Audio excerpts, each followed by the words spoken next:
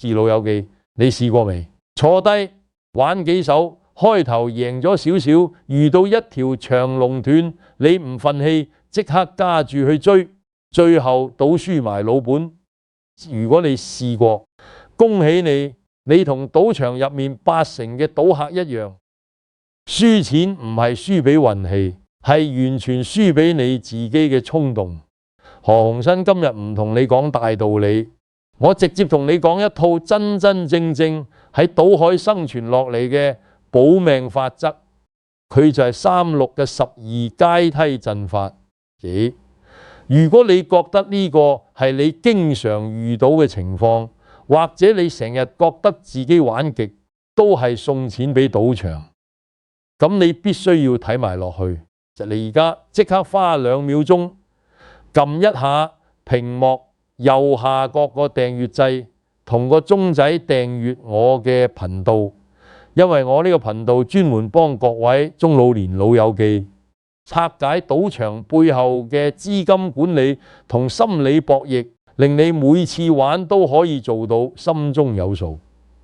好啦，我哋直接入正題。今日呢條片教你贏錢，係教你點樣保住老本。我首先要同你哋講一個賭場永遠唔會出聲嘅殘酷事實。大家成日覺得賭場靠運氣，其實唔係，賭場係靠數學概率同埋你哋嘅貪念去賺錢。你哋成日聽到賭場有優勢，呢個就係大數定律。你玩得越耐，輸嘅機會就越大。呢個係鐵一般嘅物理同數學定律，你就算有神仙都改變唔到。但係我何鴻燊經營賭場幾十年，我見過無數人發達，亦見過無數人輸到清袋。我可以好肯定咁同你講，你係絕對贏唔過賭場嘅概率，但係你絕對可以贏過你嘅貪念同恐懼。你只要識得控制注碼，唔俾自己陷入死追爛追嘅陷阱，咁你就可以將輸錢嘅速度降到最低，甚至喺運氣好嘅時候袋翻少少利潤走人。今日我教嘅呢個3、6、12階梯陣法，就係幫你做到呢一點。好多老友記都話長龍段好邪，係咪賭場搞鬼？我話你知，長龍段係一個極之正常嘅自然現象，控制唔到長龍幾時斷，亦都預知唔到佢幾時斷。但係長龍段真係唔致命，最致命嘅係長龍段嗰一刻你個人嘅心理變化前，你會覺得之前贏嘅錢係假嘅，你會好想將輸咗嘅錢追翻嚟，你會開始諗，如果我再加多啲注碼，下一鋪係咪就贏翻？呢個就係賭場最中意見到嘅追選心理。一旦你陷入追選，你嘅注碼就會呈幾何級數上升，由100變200， 200變400，而到最後你可能推到一個天文數字，一鋪清袋。呢個就係好多老友記輸到傾家蕩產嘅根本原因，唔係運氣差，係手段錯嘅。所以我今日教你呢個3、6就12階梯陣法，佢嘅核心思想就係4個字：見好就收，遇險即退。景味和我哋嚟逐個拆解呢個陣法。首先講第一階段，呢個係3個單位。點解係3個呢？好多老友記覺得一個單位最安全，但我話你知，一個單位太細，贏咗你覺得冇人，輸咗你又覺得冇所謂，咁樣你最後一定會忍唔住自己加注人和。呢個叫做自己破壞規矩。如果係2個單位呢，心理上又會有些小尷尬，因為2個單位嘅贏輸對心理嘅刺激唔夠平衡。有3呢個數字，佢係一個黃金起步點。3個單位代表咗你今次玩嘅防線底。假如你每手注碼係100蚊，淡個單位就係300蚊。呢個300蚊係你無論輸贏都唔會影響到你今日食飯、買餸同埋日常生活心情嘅一個合理數字。坐低玩第一鋪，無論結果係贏定輸，你都要堅定咁用呢個3個單位去起步。好多老友記一嚟到覺得今日手氣好，一手就推大注，呢個絕對係大忌，因為你未摸清個牌路，未摸清個局，你點可以亂咁落重注？所以記住，第一步企死，守住呢個3。如果你用3個單位連續輸咗3次，即係蝕咗9個單位，我建議你直接起身走人，心理學和，因為呢個局今日同你冇緣分，你再玩落去只會愈輸愈多，千祈唔好同個賭場鬥氣。好啦，自學和。假設你頭幾鋪用呢個3個單位贏咗，咁你就好順利咁進入第2階段。呢個階段就係6個單位。好多老友記去到呢度會問，點解贏咗唔係繼續買3，而係要上到6？呢個就係心理學嘅奧妙之處，因為你贏咗3個單位，你手上嘅錢係贏翻嚟嘅利潤。將注碼加到6，其實係用你贏翻嚟嘅3個單位，再加上你原本嘅3個單位一齊去搏，咁樣做有個絕大好嘅好處，就係如果你呢鋪6個單位贏咗，你嘅利潤就會由深一下子變成高。但係如果呢鋪6個單位輸咗，次和，你會覺得我只不過係輸翻個頭先贏落嚟嘅10個，賺人單位我嘅本金完全未傷到。呢種心理暗示係極其重要嘅，因為你唔會心痛，心理學和，你唔會即刻產生追選嘅衝動。所以喺第2階段嘅6個單位，你嘅操作必須要快，贏咗就要準備上，就要即刻退回3個單位，切記6個單位。6個單位係一個過渡期，你絕對唔可以喺6個單位停留太耐。如果連續贏幾鋪6個單位連贏，你都唔好覺得可以加碼到8或者10，絕對唔得。你只可以硬性規定自己贏咗就上12，輸咗就退翻3。呢個就係鐵嘅紀律，跟住落嚟就係整個陣法最關鍵嘅核心。第3階段就係12個單位，而呢個12個單位係你今日呢一輪博弈嘅最高點，亦都係你嘅警戒線。當你由3贏到6，再由6贏到12，遲嘅，你嘅利潤已經非常豐厚，由最初嘅3個單位變成咗12個單位利潤。如果你呢鋪12個單位，你又贏咗，恭喜你，即刻要停手。你要將呢一輪循環結束，將自己由12個單位嘅利潤收翻入袋，然後重新開始最原始嘅3個單位去玩下一輪。好多老友記會說，贏到12個單位手風咁順，點解唔繼續買14或者20？我話你知，千萬鐵和。呢個就係貪念作祟。你諗下，由3做到12，你嘅回報率已經係400%。如果係400蚊變1200蚊，你仲想點？咁如果繼續推大，只要遇到一鋪長龍段，你嘅利潤就會瞬間蒸發，甚至倒蝕。所以喺12個單位贏咗，你一定要識得收手切貨。呢個就叫做贏錢止賺先。跟住落嚟，我講一個最緊要嘅問題，就係如果呢個12個單位輸咗，你應該點樣做？呢個係全篇嘅重中之重。如果你去到第3階段嘅12個單位，呢鋪輸咗，你即刻要停手，一定要將注碼降返落去深個單位，重新開始，絕對唔可以繼續加注到24個單位去追。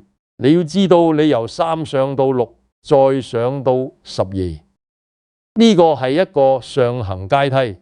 心理學喎，當你喺12個單位輸咗嘅時候，代表呢個上行階梯已經斷咗，你嘅運勢可能已經到咗頂點，你要開始下行。如果你強行加注到24，佢唔單止係將你之前全部嘅利潤賠返俾賭場，佢甚至會侵蝕你嘅本金。好多老友記就係死喺呢一步前，佢哋喺12個單位輸咗之後唔甘心，諗住下一鋪買24，只要贏一鋪我就可以連本帶利追返。結果24又輸咗，又買28，買90，66，到最後就係一鋪清袋。我同你講，呢個3、6、12嘅精髓就係要有止蝕底線而學喎。當你去到12輸咗，你就要承認呢鋪係你今日嘅轉折點，你唔好再去諗追返你，退返去深個單位，保住你嘅本金，等下一輪嘅機會再嚟過。你能夠做到輸12就即時收手，你其實已經贏咗90%嘅人。好多老友記聽咗覺得真係咁簡單，係，但係執行起嚟好多人都做唔到，因為人性就係咁，貪心同恐懼係骨子裏嘅。當我哋贏錢嘅時候，係我哋覺得自己係賭神，覺得自己可以呼風喚雨；當我哋輸錢嘅時候，我哋又覺得自己係世界上最倒霉嘅人。呢種情緒嘅波動就係你輸錢嘅根源。所以我今日教呢個3、6、12，唔係單純叫你去記數字，係叫你記低一種紀律。勁喎！你每次坐低玩牌之前，你心裏面一定要有呢條數。你要同自己講：我今日只係帶咗固定嘅閒錢嚟，我最大嘅損失就係輸晒呢個3個單位基礎。如果輸晒，我即刻起身走人。如果你能夠做得到咁樣，你就算輸嘅，你都係一個清醒嘅輸家。如果你贏到12個單位，你都要同自己講：我今日嘅任務已經完成，我要走人。唔好同我講贏錢唔走，贏錢唔走就係輸錢嘅開始。我諗你哋老友記一定有疑問。如果我一開波用3個單位遇到長龍前波賺咗9個，跟住長龍斷咗，我輸咗一鋪6個，退返去3個，結果又贏，然後又上6又贏，再上12輸咗，又退返3。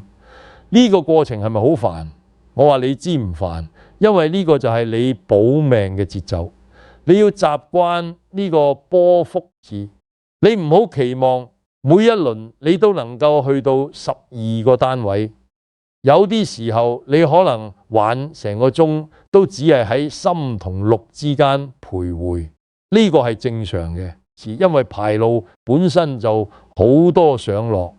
你只要堅守住呢個底線，你喺長龍贏嘅時候你袋到錢，你喺長龍斷嘅時候你蝕到錢，但係你蝕嘅永遠唔會多過你當初設定嘅底線。長此以往，你就會有盈利。呢個就係職業賭客同散戶嘅分別。職業賭客靠紀律贏錢，散戶靠直覺贏錢。你話你靠直覺，你點會贏得過賭場嘅數學呢？跟住我講下心理層面嘅嘢。好多老友記玩百家樂會睇路子，會睇長龍，會睇跳，我唔反對你睇，但係你記住路子只係一個參考。佢唔可以決定你注碼嘅大小。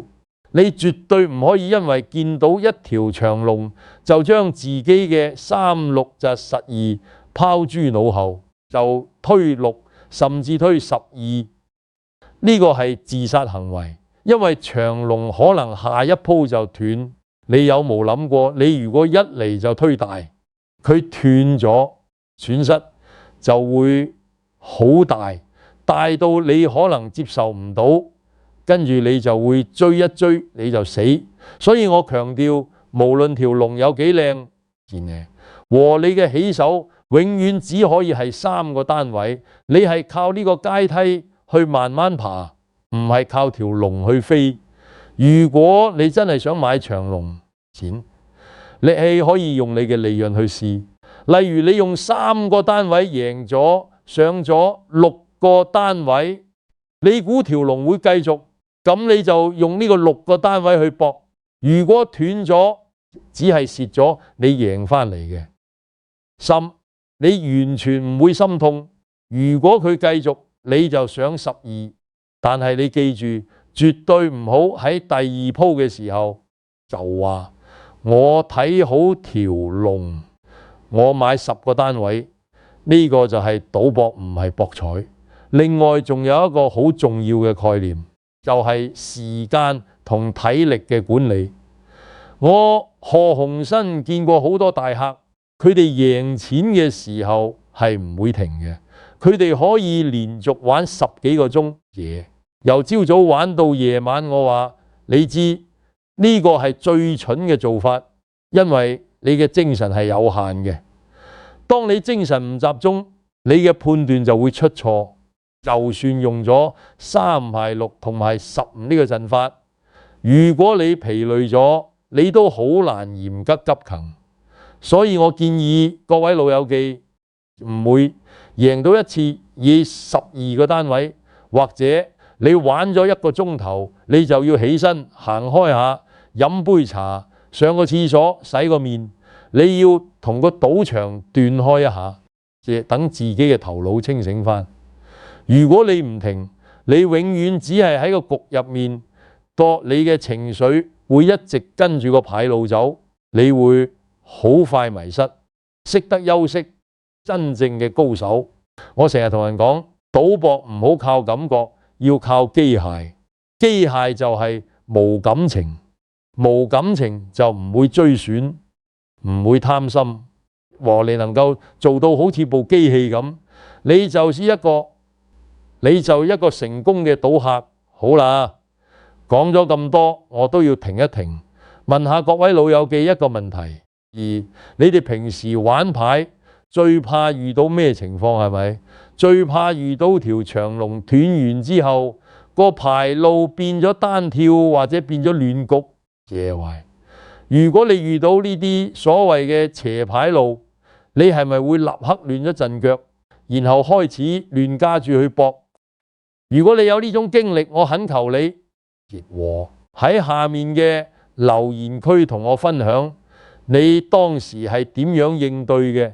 你係咪曾經因為遇到亂局輸咗大筆錢？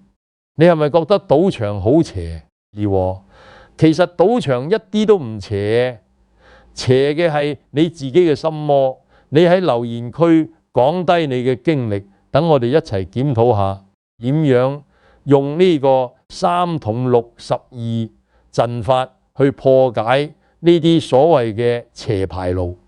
我每一日都會睇你哋嘅留言，因為呢個唔係我單方面嘅教學心理學和，而係我哋一班老友記之間嘅經驗交流，講翻陣法嘅執行細節。我知有啲老友記會諗，如果我今日好黑仔，用3個單位等和，連續輸咗5鋪，咁我應該點樣做？呢個情況其實好常見。如果你連續輸5鋪3個單位，即係你蝕咗15個單位，自己學和。如果呢個15個單位已經係你定好嘅心理止損底線，咁你即刻要離台，因為連續5鋪說代表今日呢個局嘅氣場完全唔喺度，你唔好再諗住靠3-6就12去贏返，因為紀律就係紀律，你連輸5鋪嘅心理已經出現咗情緒。你如果再玩，你一定會違反規則。所以即使個陣法點好，你都一定要有每日止蝕額。你可以設定，我今日最多只係於15個或者20個單位輸到呢個數，或者我連續輸3次3個單位，我就即刻走。心理和你能夠做到贏錢走係本事，輸錢走係智慧。你今日輸咗唔緊要，聽日再嚟過你。如果今日死纏爛打嘢，和你嘅損失就係無限擴大。你留意下賭場入面有啲人，佢哋係唔會走嘅，佢哋由朝早坐到夜晚，佢哋以為可以等到個牌路變好，就係你知你係等唔到嘅。因為賭場係唔會因為你坐得耐而俾多啲運氣，你坐得越耐，賭場嘅大數定律就會將你食得越乾淨。有啲人會問呢個3-6-10-12陣法係咪只適用於百家樂次和？其實佢適用於任何賭局，包括西寶，包括輪盤，甚至你用嚟買6合彩都得。佢係一個注碼管理嘅模型，和佢嘅核心係要你有一個階梯去限制你嘅貪念。你唔好以為買大細買大開細贏咗一把就好犀利。你要記住，和你贏咗一把唔代表你之後會繼續贏。你贏咗一把就上6，贏咗2把就上10賴，然後就收手。如果你輸咗就即刻退回3，呢個就係最標準化嘅機械化操作。跟住落嚟，我講下點樣去判斷你嘅3個單位應該係幾多錢。浸夜和呢個係因人而異嘅。如果你係退休嘅老友記，手上有一筆幾百萬嘅退休金，咁你嘅3個單位可能係3000蚊切和。如果你只係普通嘅打工仔，手上嘅閒錢唔多，咁你嘅3個單位可能係300蚊。但係你要記住一個鐵律，3個單位絕對唔可以超過你日常生活中一個月伙食費嘅一半。點解呢？因為如果你嘅基礎注碼太大，心理學和你輸3個單位，你嘅心理就會受到好大衝擊。你一旦心理受到衝擊，你就會好容易違反嗰陣法規則，你會想加碼去追翻。所以基礎注碼嘅設定一定要令你覺得舒服。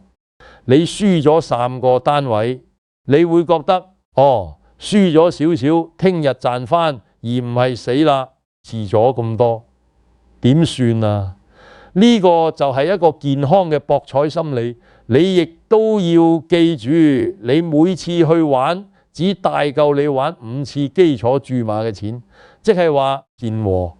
如果你基礎注碼係300蚊，你最多淨係帶午餐500蚊落場，輸晒呢午餐500蚊你就要走，你唔好帶多啲錢黐河。因為如果你帶多啲錢，當你輸晒午餐500蚊，你忍唔住攞多啲錢出嚟，你就輸大咗。所以身上帶幾多錢係一種自我約束，亦都係3-6唔賣自陣法成功嘅前提。好啦，我又想同大家互動下，各位老友記，你哋有冇試過試咯？明明已經用緊好安全嘅方法玩，但係到最後因為一時貪心想贏多啲，結果倒蝕翻去。和你哋係點樣克服呢種贏錢唔走嘅心魔？如果你有自己獨特嘅控制方法，不妨喺下面留言同我分享下。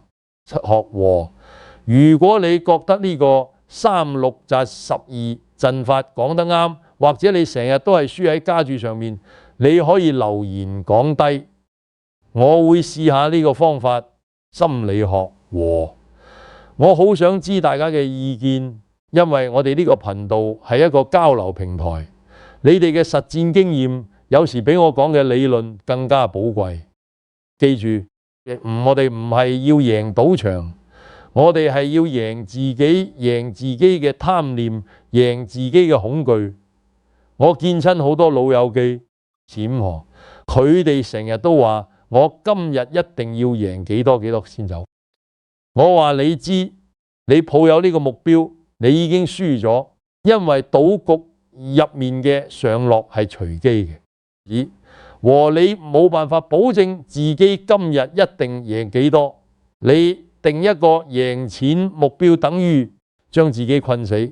如果你今日運氣好，你贏到12個單位就要走。如果你今日運氣唔好，你輸到咗你嘅底線，你都要走。你唔好同個賭場鬥氣。有啲人贏咗12個單位，覺得哎呀，早知唔走，剛才唔走就可以贏18個啦。你記住呢種後悔嘅心態，正正就係你聽日輸大錢嘅前兆。心理學和，因為你會覺得今日走早咗，聽日我一定要贏翻。結果聽日你為咗要贏翻，你喺未到12個單位嘅時候就加注，結果輸大咗。所以每次贏錢走人之後，你要同自己講：我今日好叻，我執行咗法則，我賺咗錢。你要保持呢種滿足感。當你帶住滿足感離開賭場，你就係一個贏家。而家我哋再深入少少講下呢個3、6擲12背後嘅數學邏輯。點解我唔叫你用1、2、4或者2、4、8？因為1、2、4係一個爆炸性嘅倍數，佢要求你連贏3鋪，如果斷一鋪就會輸翻晒。而且1、2、4嘅心理壓力好大，因為到第3手嘅2個單位時，你嘅心境已經唔平穩。至於2、4、8和佢嘅起始本金太大，風險其實好高，只有3、6擲12呢個結構，佢嘅倍數係2倍，但係佢嘅起始係3和呢個3令到你有足夠嘅彈藥去抵擋波幅。當你想由3上6或者6上12，你嘅慾望係可控嘅，因為你每上一層，你嘅利潤就累積多啲。而且如果12斷咗，你退回審，你唔會感到極之痛苦，因為退翻去審，你嘅戰損係有限嘅。所以3同6、12係一個攻守兼備嘅數字組合。佢好適合中老年朋友嘅心理承受能力。另外呢個陣法仲有一個隱藏嘅好處，就係佢可以幫你規避大輸。你哋有冇發現好多賭客輸大錢都係因為遇到長龍短或者單跳短次，和佢哋以為會繼續，結果連輸3、4鋪大注。如果你用3、6、12，你每次輸大注都只會喺12個單位嗰陣，而且你輸咗12個單位之後，你就會收細注碼。咁樣就算遇到惡劣嘅牌路，你最多只係蝕12個單位，然後你就用3個單位去捱過呢個惡劣期。當惡劣期過去，你又可以重新開始爬樓梯。如果你冇呢個陣法，你一遇到惡劣期就會不斷加注，最後可能一鋪蝕幾十個單位。所以3、6、12本質上係一個對沖極端風險嘅機制。仲有一樣嘢要提醒大家，就係唔好做對沖。有啲老友記好中意買莊又買閒，或者買大又買細似嘅。佢哋覺得咁樣可以穩陣啲。我話你知，如果你買莊又買閒，你係必輸無疑嘅，因為賭場會抽水，所以你玩百家樂、健和，你一定要淨係買一邊。你可以揀莊或者揀閒，但係你淨係買一邊，配合我哋嘅36就12，就算你買錯邊，你嘅虧損都係有限嘅。如果你兩邊都買，你嘅注碼就會分散，而且你永遠都係輸緊水錢。所以大陸界12陣法係要配合同一個方向嚟執行嘅。你選定一邊就嚴格執行，唔好成日轉來轉去。好多老友記覺得自十和玩到一半，如果感覺唔對路，可唔可以中途改個陣法？我話你知，你一旦開始咗個3612，你就唔好中途改變。除咗輸咗12個，退翻3個之外，你絕對唔可以因為覺得好旺而將12改為15或者20，因為一旦你改咗嘅心理防線就會崩塌。你會覺得上次我可以改，今次我都可以改，最後你就會完全失控。所以規矩就係規矩，自己人。你今日定咗3賣6大於12，你今日就要跟足佢。如果你覺得今日想玩大啲，你可以聽日先增加你嘅3個單位嘅金額，例如由300變500，但係你永遠唔好改變3買學就12呢個結構，因為數學結構一變，你嘅風險就完全唔同咗。講到底，我何鴻燊做咗幾十年生意，我睇透咗一樣嘢，就係人性。賭場入面嘅輸贏其實就係人性嘅博弈，你能夠控制到你自己，就能夠喺呢個遊戲入面生存落去。我今日教你哋呢個36個12，唔係要你發大財，係要你保得住老本。當佢係一個遊戲，你每次用閒錢去玩，用呢個階梯去玩，贏咗開心，輸咗唔傷身。如果你能夠做得到，就已經比賭場入面90%嘅人更加聰明。我好想再強調一次，呢個世界冇絕對嘅必勝法。如果有人同你講有必勝法，佢一定係呃你。我何鴻燊經營賭場，我比任何人都清楚。賭場嘅優勢係數學上嘅必然，但係我哋可以透過嚴謹嘅紀律去將呢個優勢嘅影響降到最低。你喺賭場唔係要同佢鬥長命，你係要同佢鬥短命。你玩得越短，你嘅勝算就越高，和你玩得越耐，你嘅勝算就越低。3612就係一個幫你縮短玩牌時間，提高你盈利效率嘅工具。因為當你由3上到6，再上到12，你只係玩3鋪，你就已經可以收工。如果你贏到12，你今日就係贏家。如果你輸，你退回3，你仲有得玩，但係你會玩得小心啲。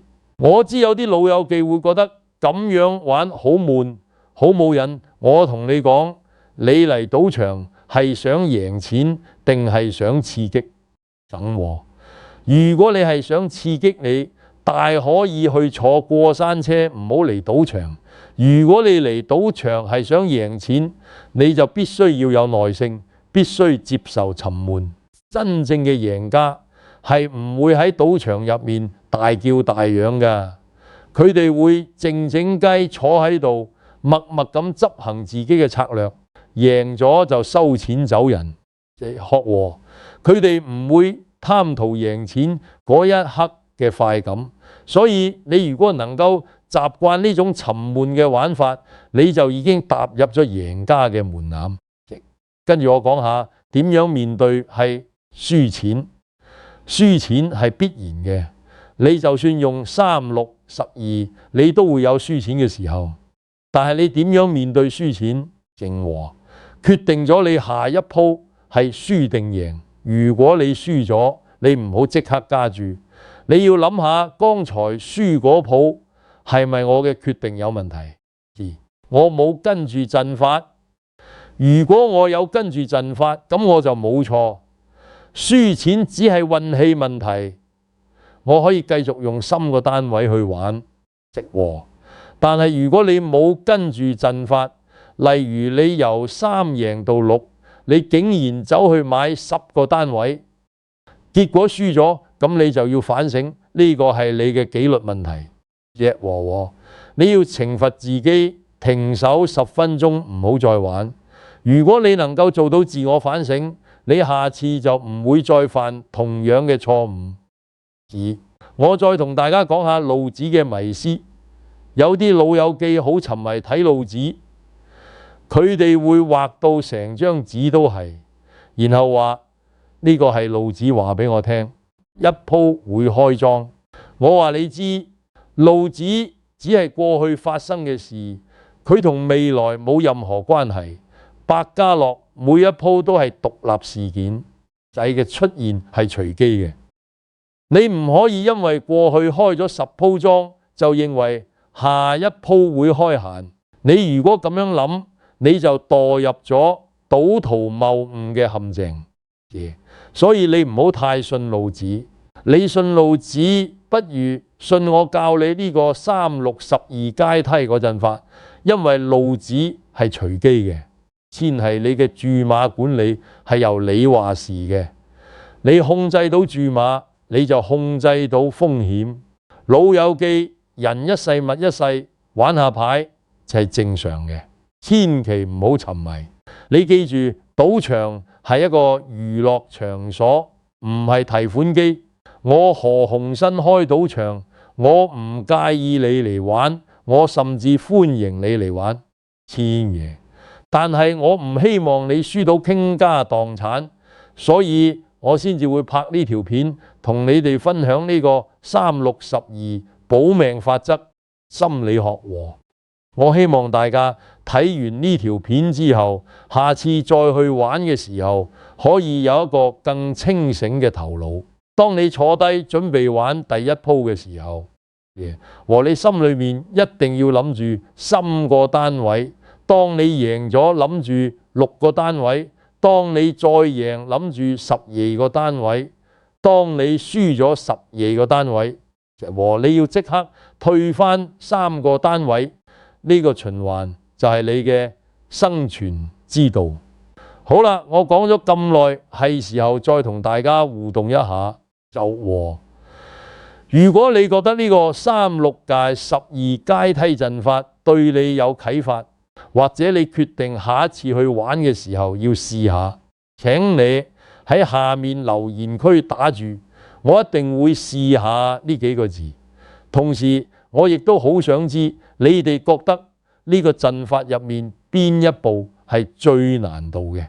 係咪嗰個輸咗12個單位退翻3個單位呢一步最難做？因為好多人會心有不甘。你如果試過呢個陣法或者你試過類似嘅方法，你都可以留言同大家分享你嘅經驗。我哋一齊交流，一齊進步。你每一個留言我都會用心去睇。另外，你如果覺得呢條片對你有用，記住要訂閱我嘅頻道，仲要撳埋個鐘仔啊！因為我哋呢個頻道唔止會講百家樂，仲會講西寶、講輪盤、講撲克，甚至講人生智慧。我哋會將賭場入面嘅心理戰術運用到日常生活入面。我哋唔單止要做個精明嘅賭客，我哋仲要做個精明嘅人。你訂閱咗我，你以後就唔會錯過我每一期嘅分享。老友記，你哋嘅支持就係我繼續拍片嘅動力。最後，我都要講一句非常之重要嘅說話。今日我分享嘅3、6、12階梯陣法係一個關於資金管理同心理控制嘅策略分享。佢絕對唔係一個必勝法。呢個世界冇必勝法，如果有，賭場早就倒閉啦。賭博有風險玩牌，需謹慎。我何鴻燊絕對唔係鼓勵大家去賭博，我係希望如果你有玩開錢和，你要識得保護自己。你千祈唔好因為睇咗我呢條片就覺得可以打贏賭場，唔好有呢個錯覺。我教你呢個方法，想你輸少啲，贏嘅時候袋多啲，僅此而已。你如果沉迷賭博，呢個方法幫唔到你，只有你個人嘅自律先幫到你。所以耶各位老友記，今日嘅分享就係咁多。我希望你哋真係可以聽入耳，唔好成日諗住下一鋪就會贏返，正嘅，因為下一鋪可能又會輸。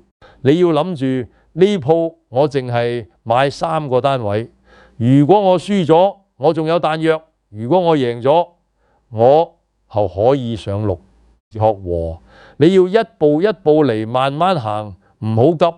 心急食唔到熱豆腐，心急亦都贏唔到錢。你如果能夠將3、6、12呢個數字嘢刻喺你腦海入面咁，你就已經成功咗一半。我哋下次再見，我會繼續同大家分享更多賭場入面嘅智慧。記住，切和我何鴻燊永遠都同你哋企喺同一陣線。我希望你哋個個都係贏家，唔好做輸家。你哋要贏自己，唔好贏賭場。心理學和，如果你覺得今日嘅內容幫到你，解開咗一啲個心結，或者令你諗通咗一啲嘢，記得訂閱我同埋分享俾你身邊嘅老友記睇。和我哋大家一齊做個心中有數嘅精明玩家。多謝大家。